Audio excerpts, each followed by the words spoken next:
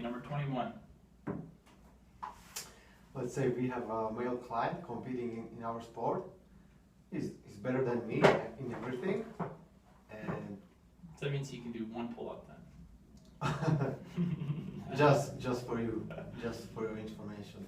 Okay, so he's Let's say kind of like a top 100 open person. Yeah, he Top finished 200. 100 something In Europe? Okay, so that's good. And let's say we have competitions in 5 weeks, and we need to prepare and peak his lactic endurance system for a competition. And also I need to make sure that his aerobic system is also in place. We did a lot of aerobic, like cyclical and mixed model stuff in his previous training phase, and now this phase is more intensive prior to the competition. And I would like to know, based upon what information or how would you coach him so that he's prepared in 2 to 6 minutes of murdering, and but also being in 1 week do, let's say, 1 or 2 tests between 2 to 6 minutes. And would you also try to train or test his, let's say, more aerobically based some tester? Would you also do like lactic endurance test, let's say on Monday, and let's say Test or training? Test. Test. Yeah. Okay. Test. And would you also do some more aerobic based, let's say 5-minute test in the same week, just to make sure that his aerobic system is in place, like, you know what I mean? Yeah, so you're asking me how do you prepare someone for a competition?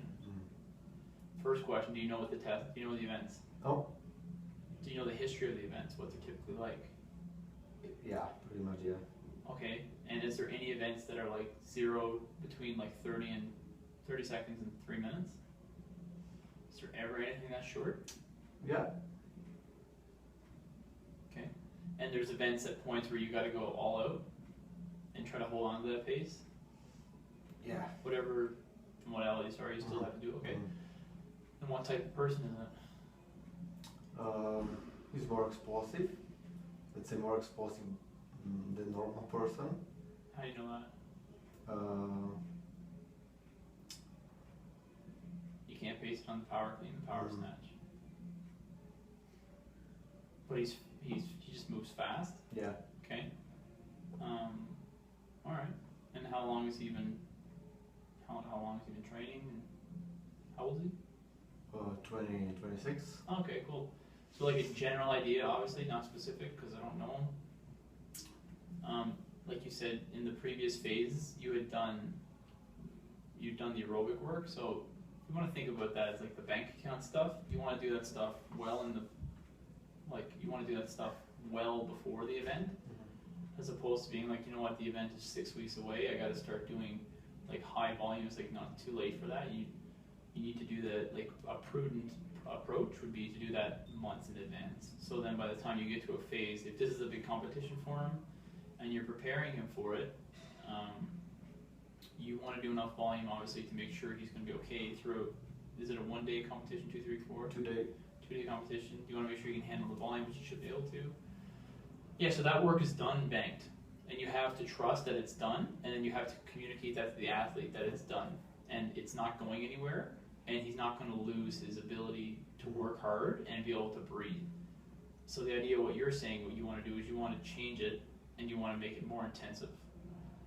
So again, the reason I asked what the tests are, because it highly depends on the tests. But you also did say, like, for 6 weeks out, I wouldn't do lactic endurance tests. I'd do training, and I'd probably do it shorter to start. Yeah. Like 30 seconds, 20, 30-second intervals to start cyclically, and then over the course of 6 weeks, you could build it up a bit. But then you're also going to have some form of testing in there for him to make sure he's like used to doing those types of events or those styles. Yeah, so I would say you're gonna have basically that's what I meant. Yeah, so I would say you're gonna do optimally. You do if you're gonna really go after it. Is he very strong? Not like absolutely strong. No. He's stronger than me. Okay. All right. So that depends, right? So if you're gonna do a lot of lactic endurance training, if it's cyclically, I don't think it makes as much of an impact on people's strength or their capability to be strong and fast. But if you start mixing it together with like, the mixed work that like power cleans, power snatches, thrusters, chest to barbers, all that work, and then you really smash into pieces, you do that twice a week. I would assume that by the time he gets to the competition, he's going to be potentially a little weaker, or his technical ability on the weightlifting stuff will be a little worse, potentially, don't know, but you want to try to make sure that doesn't occur.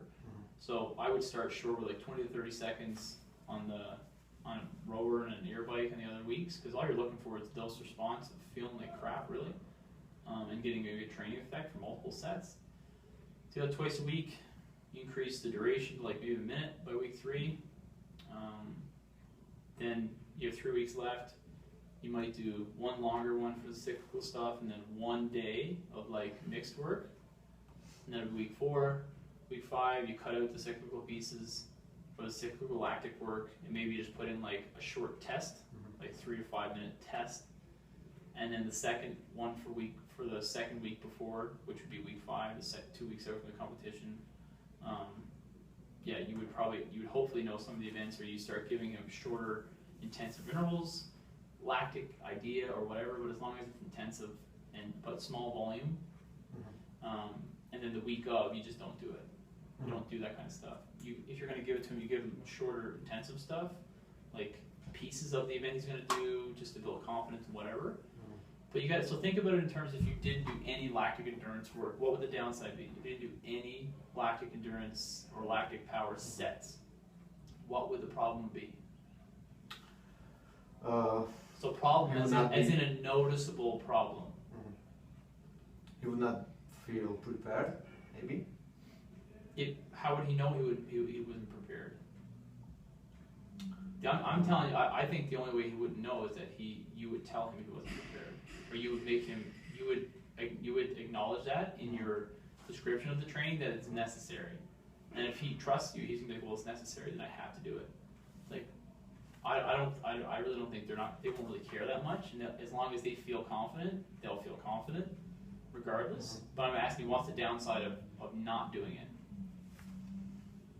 He would not be able to push his performance during a fatigue state, let's say.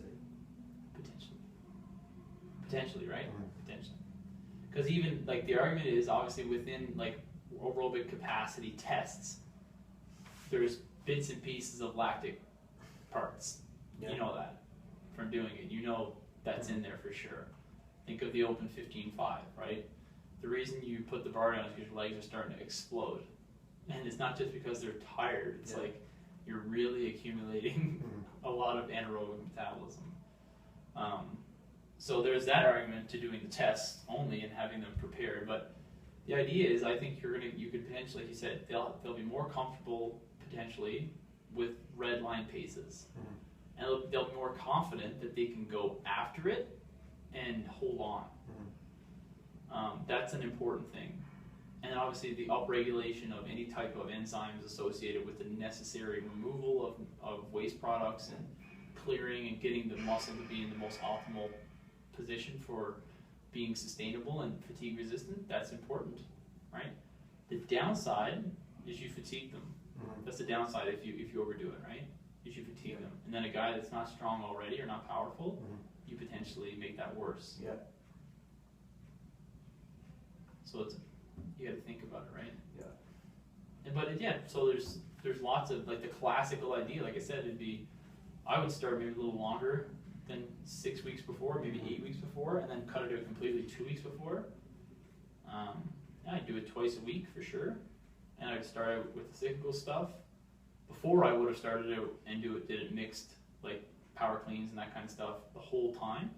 But obviously through education, well, not through education, really just through experience, I realized that was a bad idea Mhm. because it's just too taxing on Yeah. people, Mhm. way too taxing, and then they don't get the improvements in the other areas they want, and just the general fatigue accumulated over those weeks of training is very high. Mhm. Right, and it kind of, I don't know, it adds confidence for one area of competition, but it may take away from for others, right, for their ability to be strong and precise. Mhm. Perfect. Yeah, there's lots of ins and outs on that stuff. Yeah. Based upon the personal situation.